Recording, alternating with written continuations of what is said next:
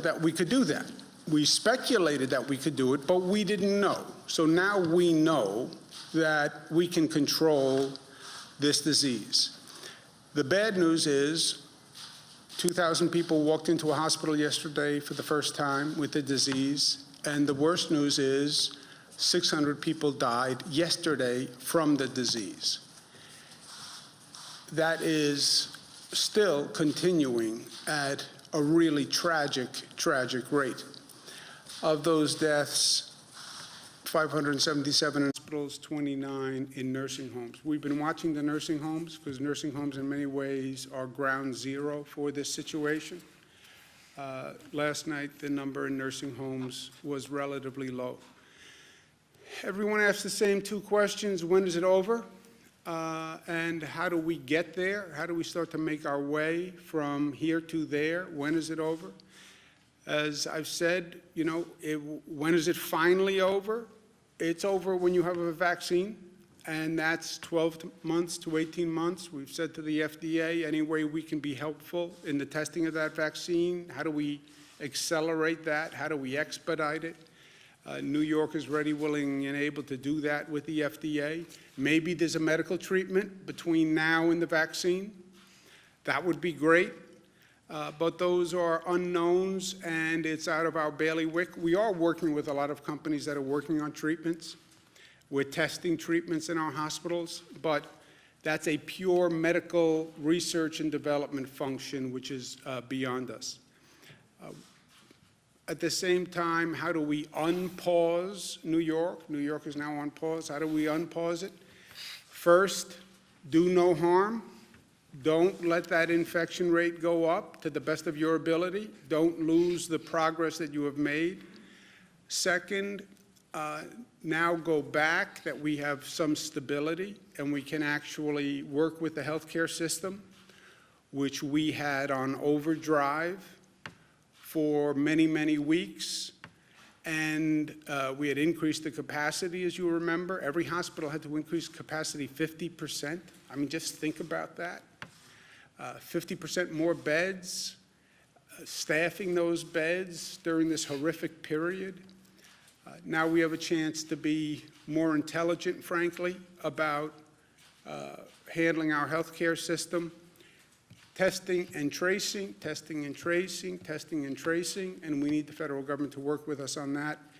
And then phasing an economic return to the quote-unquote new normal, right? Those are all activities that are going on at the same time, and that's our plan to quote-unquote unpause New York. You stopped everything. How do you now restart that machine in a coordinated way that doesn't drive up the infection rate? That's the balance that we're trying to strike. On unpausing and having businesses open, that is a nuanced question. There's no light switch. It's not all businesses go back tomorrow. It's what businesses, what do they do, what risks do they pose, and what changes can they make in their business to make them more safe. You know, this is not just government deciding. It's government deciding with private businesses who now have to take a look at this new normal, this new reality, and tell us how they think they can adjust to it. One of our questions in evaluations is, how essential is that business service, right? You have to start somewhere. Right now we have the economy working with what are quote-unquote essential workers. That's why the grocery store is open. That's why public transit is running. All right, so we want to start to bring the economy back, move up one tranche on how you define essential. What's the next level of essential businesses? Are there certain businesses that are inherently safer or can be safer? And then let's talk about how we reopen them and where we reopen them. And these are all questions that we have to work through on a case-by-case basis. But there is a matrix. And the matrix is how important is the business to society, how essential a service, and how risky is that business from a rate of infection.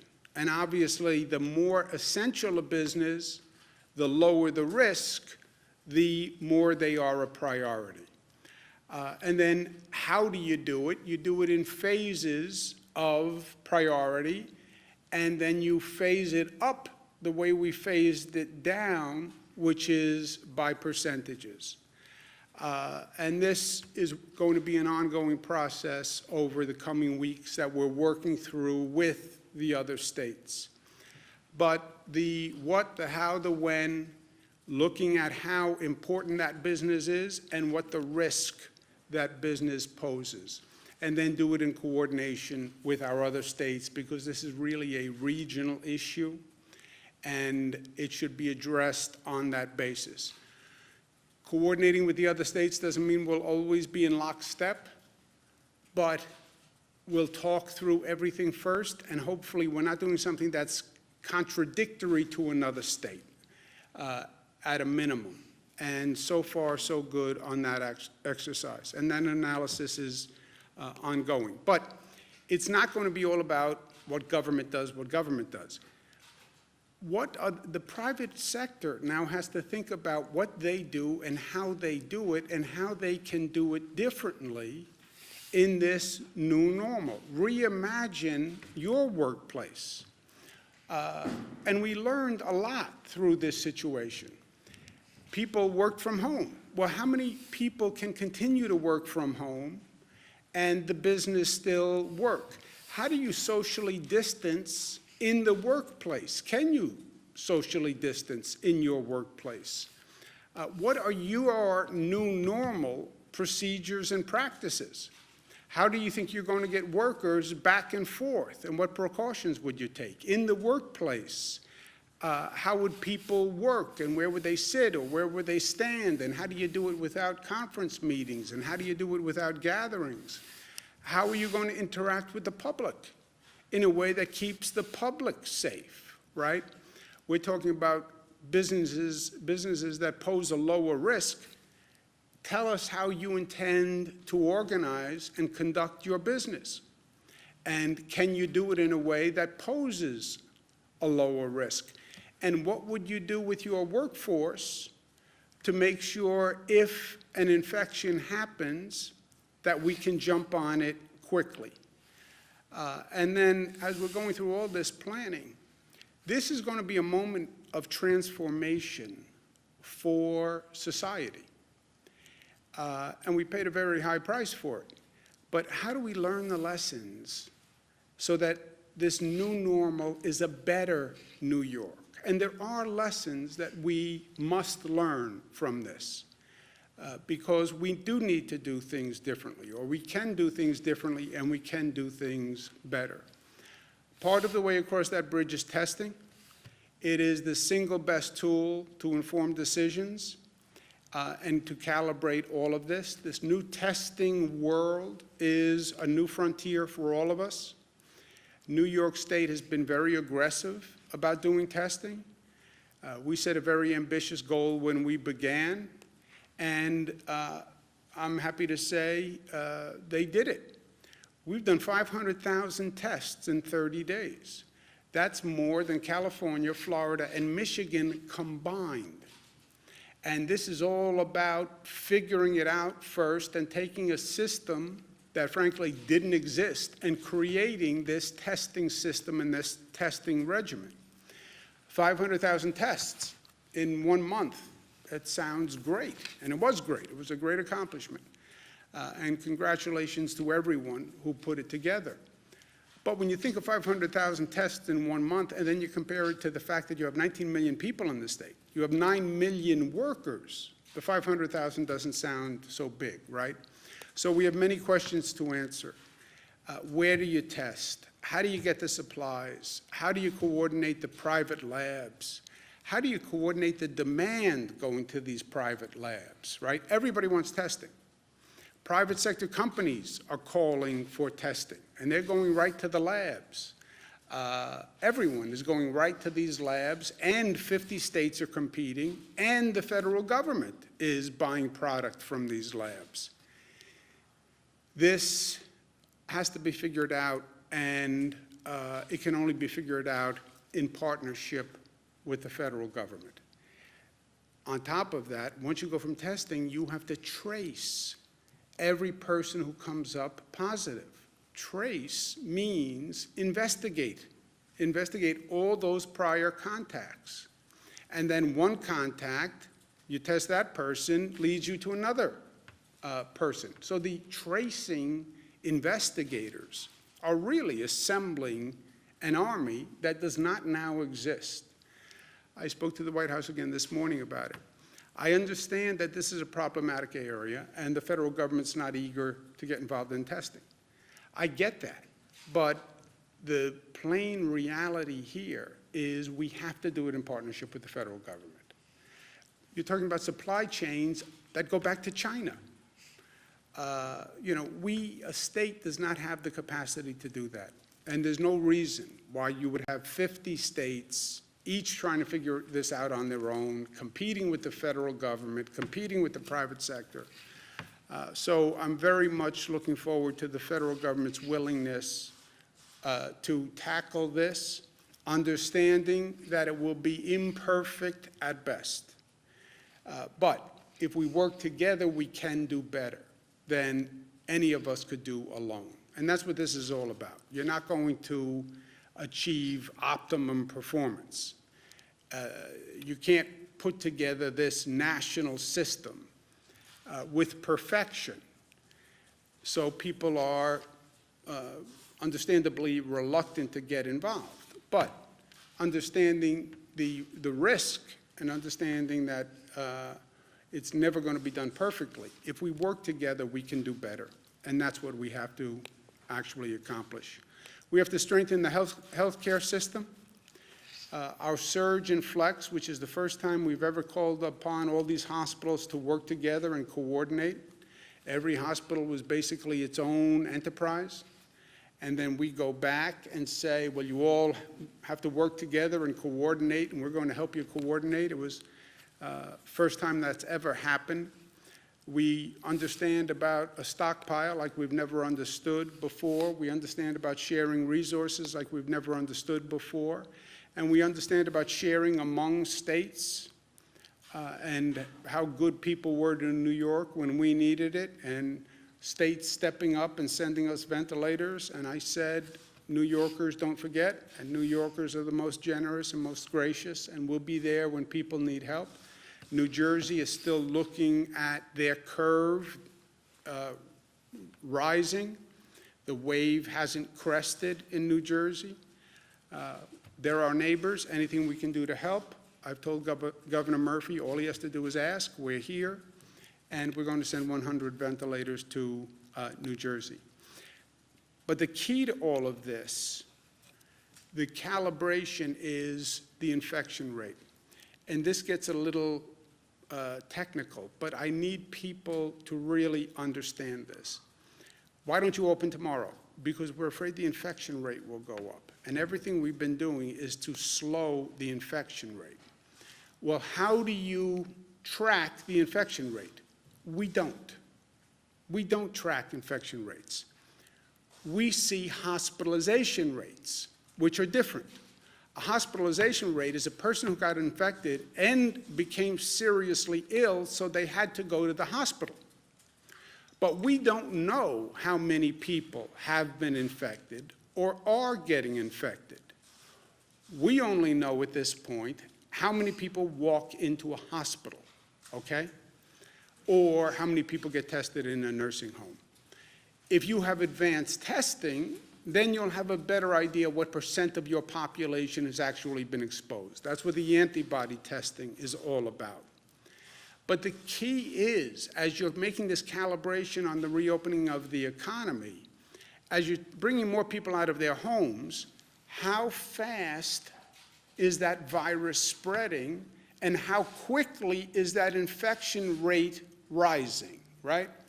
Dr. Fauci said early on that this virus spreads. It does it very well. And we know that, and we've learned it the hard way. The rate of infection is everything, okay? All those early projection models assumed a higher rate of infection, a higher rate of spread. That's why they were calling for so many more hospital beds, many more mortalities, because they projected a higher rate of spread. That has not happened so far. Caveat so far. We've controlled the beast. We've brought the rate of spread down. If their rate of spread actually happened, we would have been in a much, much worse situation, and we would have been in a really bad place. I mean, their projections were staggering, and it didn't happen because we slowed the models. But remember what they were talking about. CDC, which is supposed to be the preeminent source, 160 million to 214 million people infected, they were projecting. That was only March 13th. That's what the CDC was projecting. You know how many 160 to 214 million are? We only have 328 million people in the country. They were projecting more than half of the population, and maybe 2/3 of the population infected. And that was only a month ago. They were saying 2.4 million people to 21 million people would be hospitalized. You know how many that is? We only have 900,000 hospital beds in the nation. They were saying, by their projection, a minimum of twice as many people would need hospital beds as we have hospital beds. Just imagine that. That was the CDC. The White House Coronavirus Task Force, the same thing. White House Coronavirus Task Force was saying 1.5 to 2.2 million deaths. Deaths. And that was the White House Coronavirus Task Force as of March 31. Okay? Best case scenario, 100 to 240,000. With mitigation efforts. March 31. Just over 2 weeks ago. So, and that's why all of these models said the same thing. They were all believing a higher infection rate. Now, and that's McKinsey, and that's Columbia, and that's Cornell, that's all of them. That's the Gates-funded model. They were all projecting a higher infection rate. We slowed the infection rate by our actions, and that's why we're in a better position today. Now, what does the infection rate mean? And I know this gets a little granular, but people have to understand it if they're going to understand why we need to do what we need to do. The infection rate is how many people does one person infect, okay? How fast is the virus spreading from one person to another? And they talk about the R0 factor. The R0 factor is the projected spread of the virus, okay? If one person infects less than one other person, the disease is on the decline. If one person basically infects one more person, the rate of spread is stable. I get infected, I infect one person infects one. When you have a really situation out of control is one person infects two people or more, because then the increase is just exponential, and that's fire through dry grass. This is what they were all trying to project, and this is what we have to control as we start to reopen the economy. We say, we turn the valve on the economy, we open a little bit, and we watch the meter, right? What's the meter? The meter is the hospitalization rate, or even better, the virus spread rate. So you start to turn that valve, you start to bring people out of their homes, you start to reopen businesses, you see that number going up, turn the valve back right away. And this is what we're trying to deal with going forward. And again, nobody has been here before, so we're trying to figure it out. If one person, if the virus spread increases to the place where one person infects 2 people, that is an outbreak. If one person is only infecting 1 other person, that is basically a stable increase. Ideally, 1 person is infecting less than 1 person, and that is a decline of the spread of the virus, and that's what we're shooting for. Just to belabor this one more point, where you've seen an outbreak epidemic spread, it's when 1 person is infecting more than 1 other person. That's when you're out of control. On the Diamond Princess cruise, the infection rate was 1 person infects 2.2 additional people. Wuhan was 1 person was infecting 2 people or 3 people. The 1918 pandemic, 1 person was infecting 1.5 to 2.8. On our severe projection, 1 person was infecting 1.4 to 1.8. On the moderate projection, 1 person was infecting 1.2 to 1.4, okay? What we've done, because of our mitigation efforts, social distancing, stay home, lock the door, we've brought it to less than 1. Our infection spread rate is 0.9, okay? Wuhan, which really closed down everything, and locked it up, Wuhan brought the infection rate down to 0.3, okay? So that's the range we're talking about. But when you think about that, we're now 0.9, we only have a margin of error of 0.9 to 1.2. 1.2 takes you back to the high projection rate. We're at 0.9. That does not leave you a lot of wiggle room. So you're going to start to phase the reopening. You're at 0.9 now. After this entire close down, if you go to 1.2, you're going to have a problem again. So you see how narrow the window is. But New York pause has worked. The close down has worked. That's how we controlled the beast. That's how we got it down to 0.9. However, we're not there yet. We're just at 0.9. Again, Wuhan got down to 0.3. So we have to continue doing what we're doing. I'd like to see that infection rate get down even more. The New York pause policies, the close down policies, will be extended in coordination with other states to May 15th. I don't want to project beyond that period. That's about 1 month. 1 month is a long time. People need certainty and clarity so they can plan. I need a coordinated action plan with the other states. So 1 month, we'll continue the close down policies. What happens after then, I don't know. We will see depending on what the data shows. What does that mean? Tell me what our infection rate spread is. Is it 0.9? Is it 1? Is it 0.7? Tell me what the hospitalization rate is. And then the experts will tell us the best course of conduct based on that data. No political decisions, no emotional decisions, data and science. We're talking about human lives here. As relatively simple and possibly annoying as it seems, wearing a mask is one of the best things that we can do. And I understand I'm getting a lot of not happy phone calls off what I said yesterday about wearing a mask in public, but I'm sorry it makes people unhappy.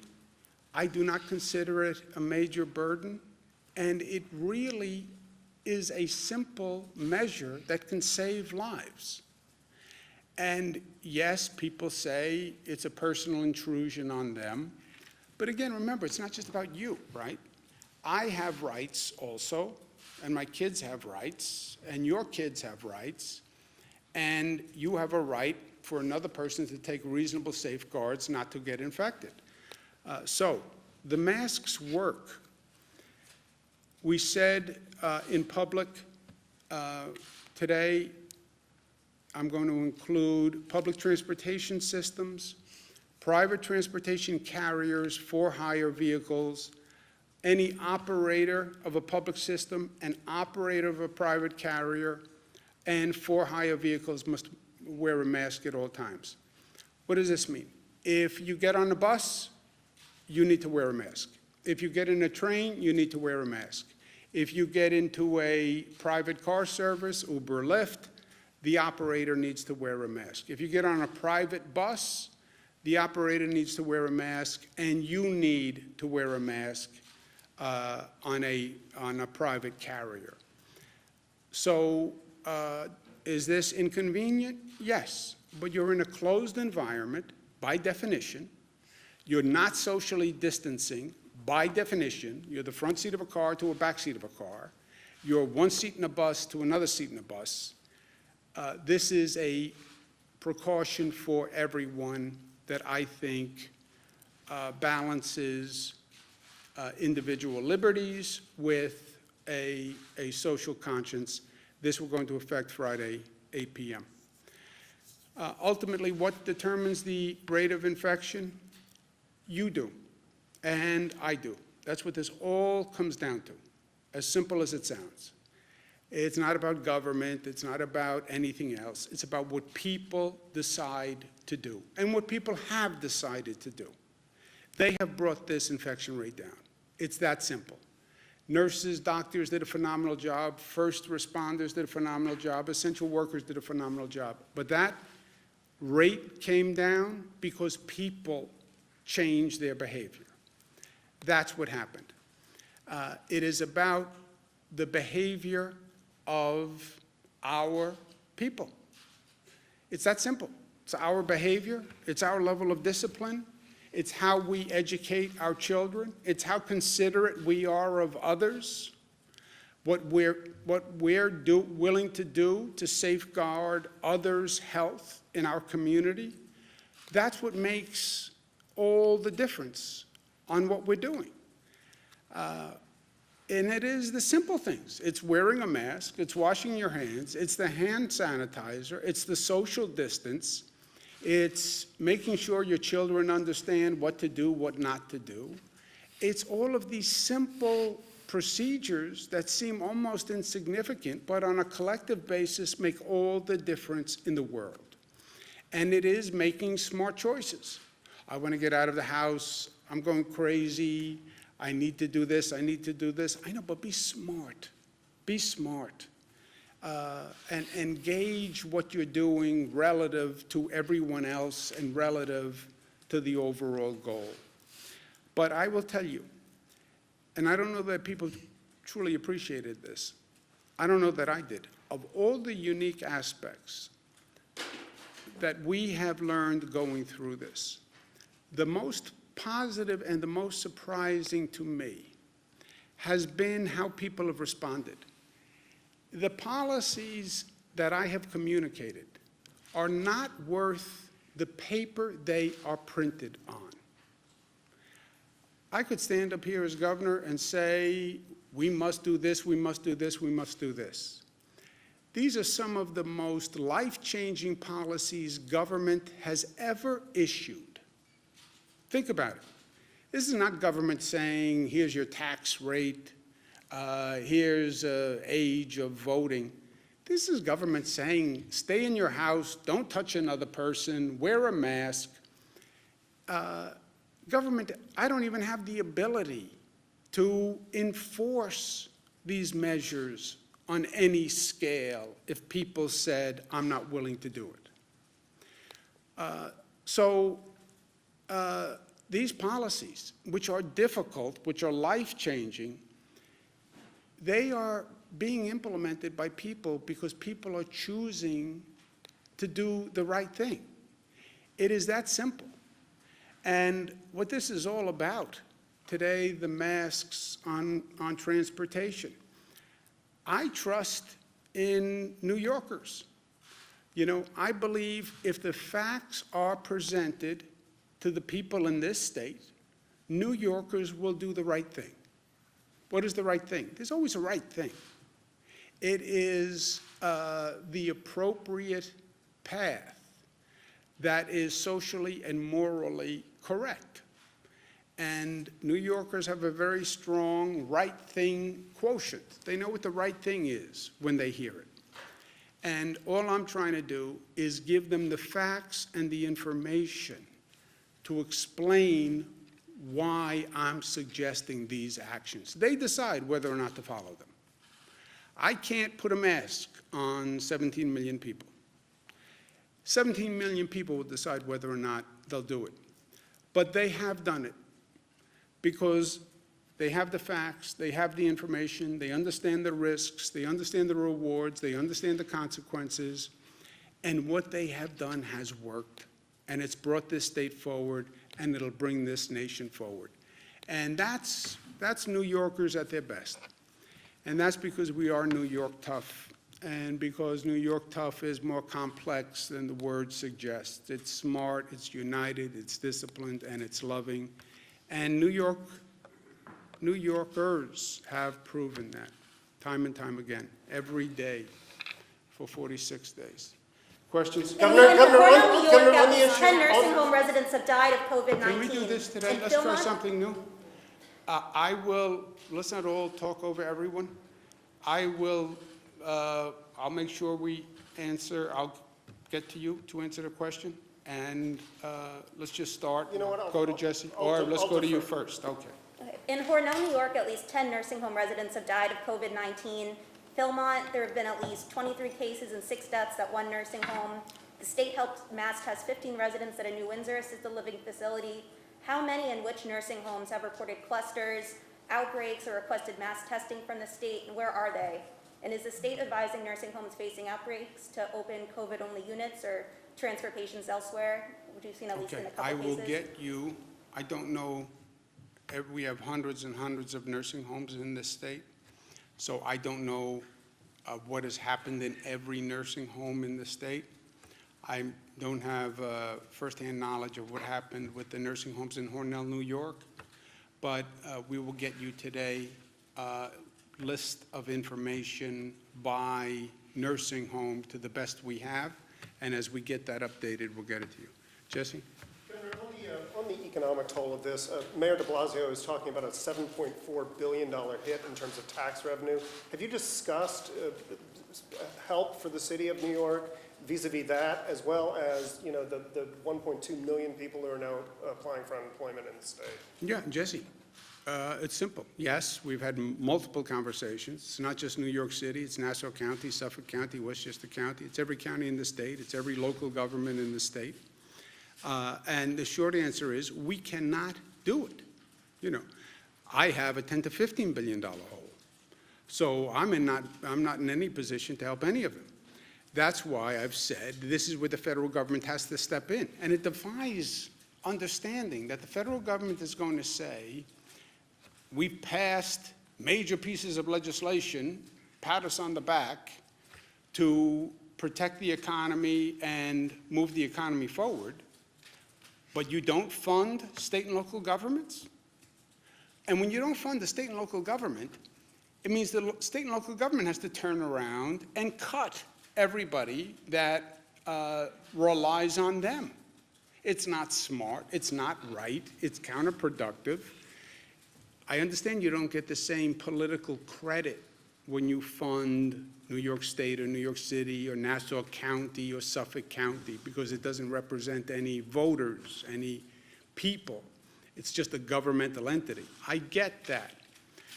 And I get that politically they like to pass legislation where they can call up someone when they get home and say, hey, Jesse, I got a check for you. I understand that. But at one point, you have to put the politics aside and say, we have to do something that's actually makes a difference. And how can you even pretend that you're addressing this crisis when you're starving state and local governments? And that's not a Democrat to Republicans. National Governors Association, headed by a chairman who's Republican, Governor Hogan, great guy, great governor, myself as vice chairman, we sent a letter saying that to the administration. And by the way, I say it to my Democratic congressional members. I said to Senator Schumer, I said to Senator Gillibrand, you pass a piece of legislation that starves state and local governments, you're not helping the country. You're just not. Well, we have to get to yes. It doesn't matter to get to yes if the bill doesn't do what the purpose is. Bernadette? Just to follow Marina's question real quickly, why has it taken so long to get specific information about specific nursing homes? That would seem to be in the public interest for people to know where people are dying. We where are people putting sick. it, we're putting it together. You know, you have to appreciate the practical reality here. That's why I say watch this whole reporting system. You have hospitals that are dealing with hell every day. And you're basically saying, make sure your report isn't late, which is what the Department of Health says. Nursing homes that are dealing with hellacious situations, or make sure your report is on time. Yeah, and look, I've been on the phone with these types of facilities, and they say, I understand, make sure my report is on time. I have 7 people critically ill, I'm short-staffed, I don't have enough PPE, and you're giving me a hard time about reports. So, in the balance of things, I understand the degree of difficulty. And how many nursing homes are there? 613. 613 nursing homes, right? So you're not talking about one phone call. But we are getting the data.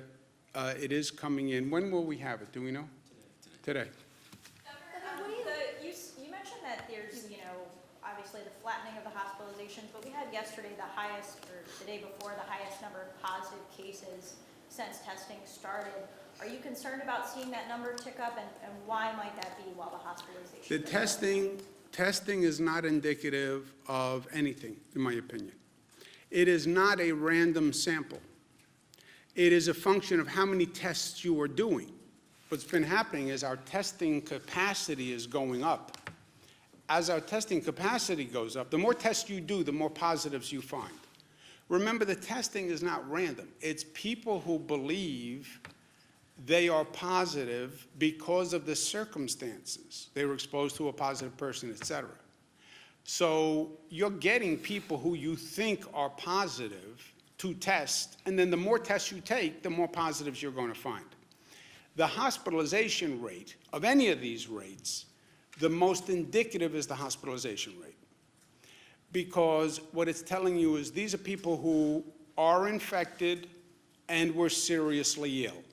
That's what the hospitalization rate tells you. It's the only real data you now have. It doesn't tell you the rate of infection spread and whether it's increasing or decreasing. But it tells you how many people walked into the hospital who were positive after they were tested and who were seriously ill. That's the only number you have that is statistically representative. Bernadette? President Trump accused New York City of padding the death count, padding the numbers, because they changed the way that they're recording. So now they're saying they added something like 3,800 new deaths based on in-home deaths. What do you say to that? Do you think that the president is correct in saying that? And also, when is the state going to start having that separate category? Yeah, Melissa knows this better than I do. Look, I think what you're seeing is, well, first, I don't know what the president said specifically, what his words were. And why would New York City want to inflate a death toll? I mean, that doesn't make a lot of sense. It's bad enough as it is, it's painful enough as it is. Why would you want to inflate a death toll? Look, I don't know, but it sounds even more bizarre than usual that anyone would want to do that. I think what's happening is they're changing. CDC put out different guidelines about what numbers you must report. We've always said all we really know are deaths in a hospital or deaths in a nursing home. Could people be dying at home because of the coronavirus and we're not counting them? Yes. Was this a rough estimate? Yes. So now we're trying to refine the estimate, other categories, other possibilities.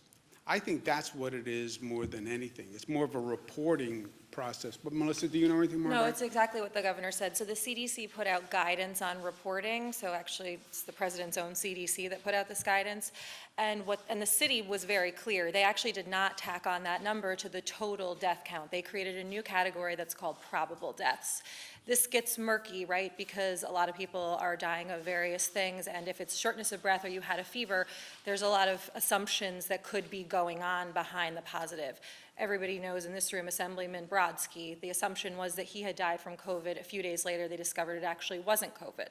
So the number is not precise, and the city actually did not put that number into the death count number. It's a separate category. I actually believe the press misreported this in some instances and conflated the two. And so that's what it was. But they did not pad the numbers, and this was a CDC-directed category that the city started reporting that the state is actually also working to report. Excuse me a second. Did you want to add something, Doctor? It's exactly what you mentioned. It's the presumed, as Melissa said, they're presumed deaths, that somebody died from something which may have been a different respiratory illness, and they say, well, maybe it's coronavirus. Right, because the Post reported last week that EMS and law enforcement were going to homes and getting that raw data and saying, hey, this could potentially be a much larger number. So is that the kind of misreporting you're talking about? So, but I'm saying when I say conflating, I'm saying there's probable deaths, and then there's the people who we know to have confirmed died of COVID. They tested positive, or after they died, there was an autopsy done, they tested them, and they confirmed after they died that they had COVID. So probable is a category that it's somebody who died, and based on the symptoms or based on how they died, they believe that it could probably have been COVID. So that's that category. The underreporting of the deaths in the home is another added complication into all of this. But to answer your first question, the city did not pad the numbers. They created a separate category to address the probable deaths, which was a directive of the CDC. Yeah, I think what happened, I think that refreshes my recollection. I don't think the city put the numbers together. I think the Times wrote a story that put the numbers together and then said they had a much higher number.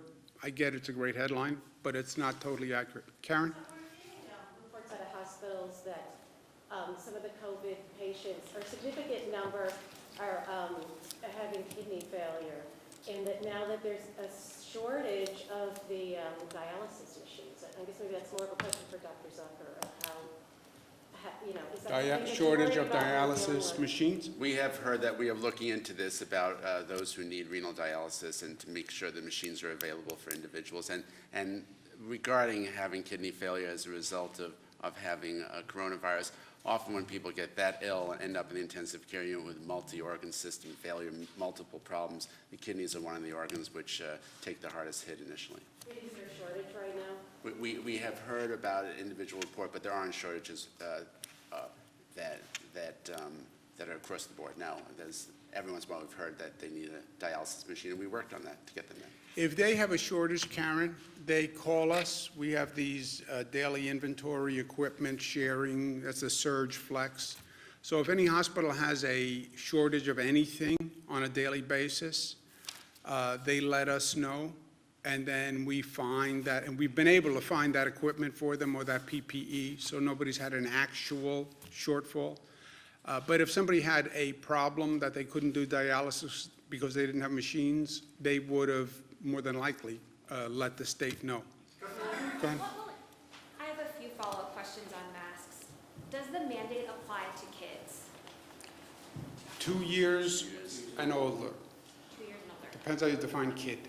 Which is what the CDC recommends. Okay. Yesterday, when referring to the mask mandate, you said it's not that inconvenient. You said, what's the big deal?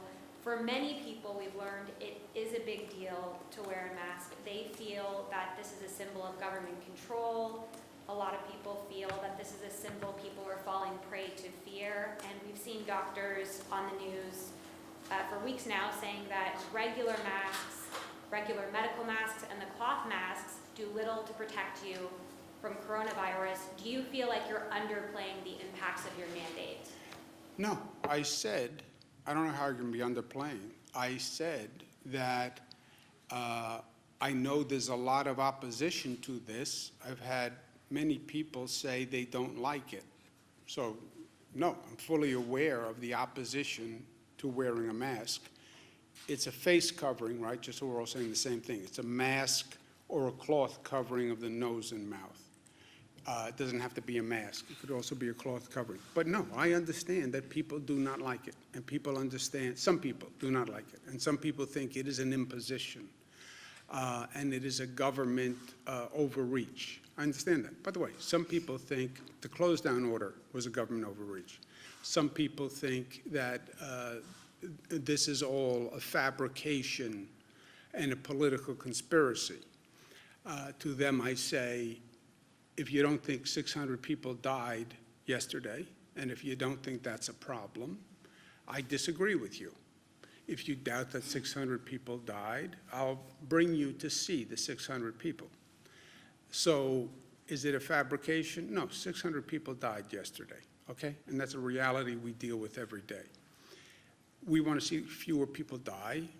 I'm asking New Yorkers to wear a mask, not just to protect yourself, but to protect other people from you.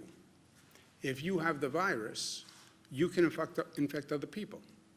And you have a liability, a responsibility not to infect me because you're sick. And that's what a mask would help. I understand the opposition.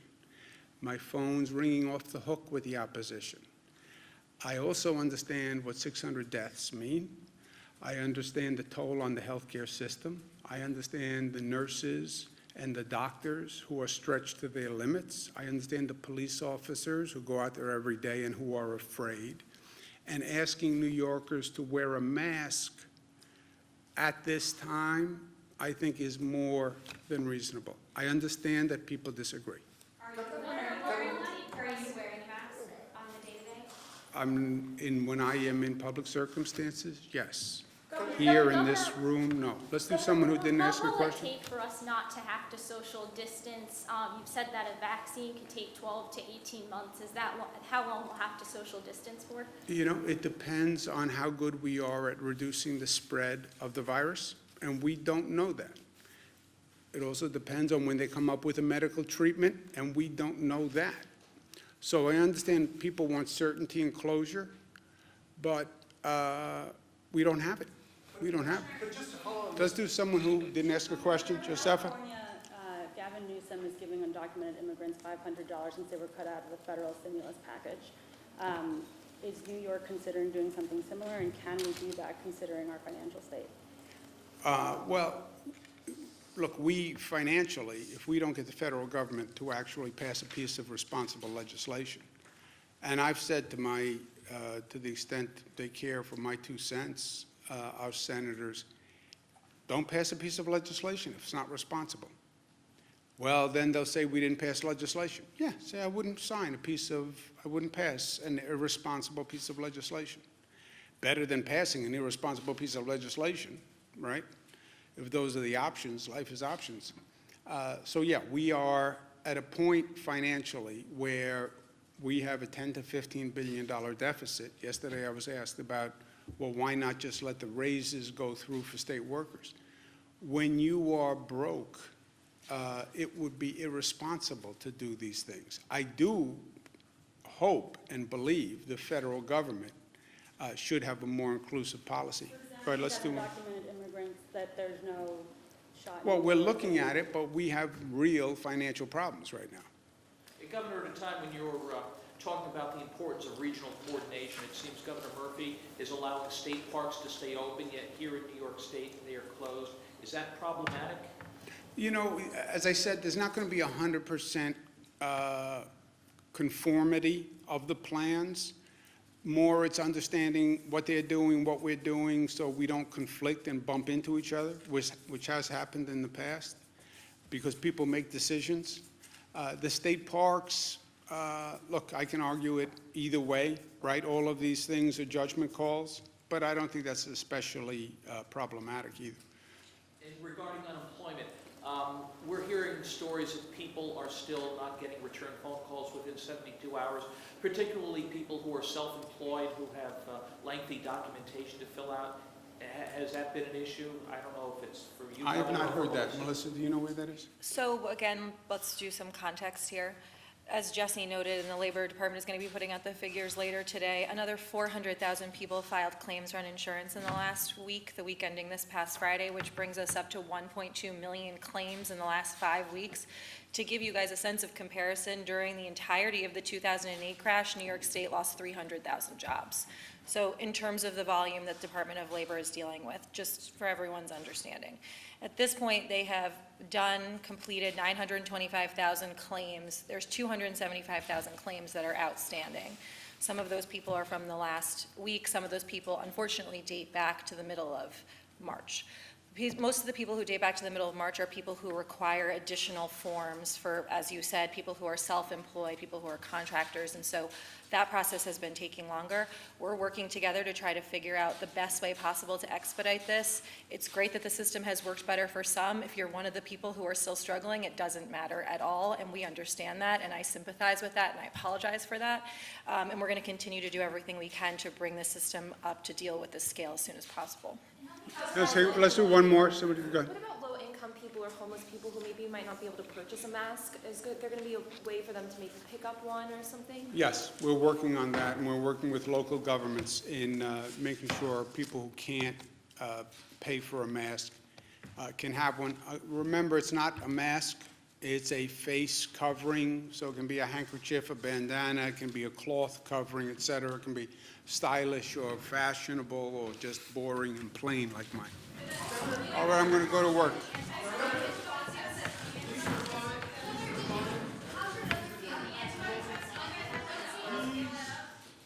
Feeling better, thank you for asking.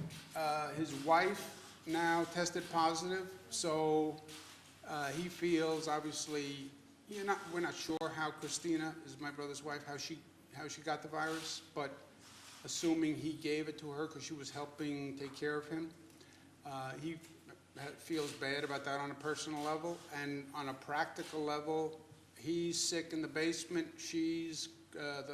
Christina's quarantined upstairs. They have 3 kids, so it's a practical hardship. But he's feeling better. Thank you very much for asking. Thank you.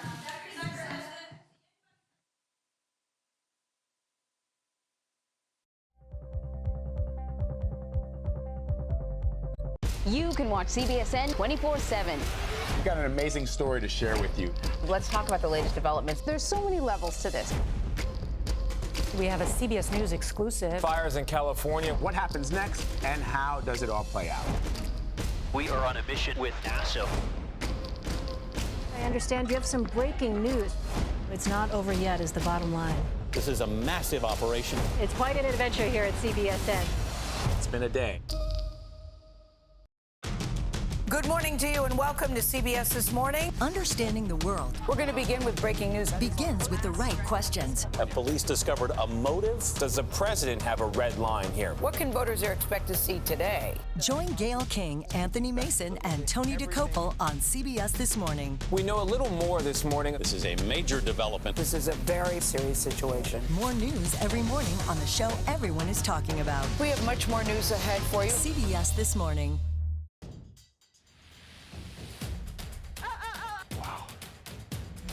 That's not normal.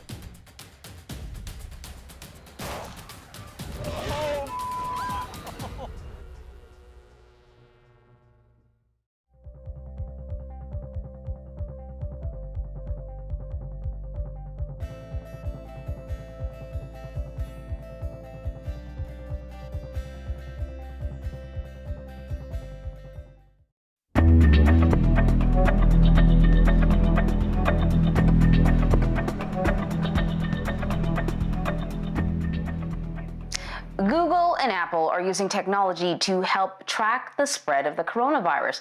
The 2 companies want to create a tool that would let you know if you were ever in contact with somebody who tested positive. So Dan Patterson is joining us now to tell us all about this whole idea. How would something like this work, Dan? Hey, good morning. Good to see you. So this is a two-phased rollout by Apple and Google, two very famous competitors. It will start with applications designed and developed by public health departments.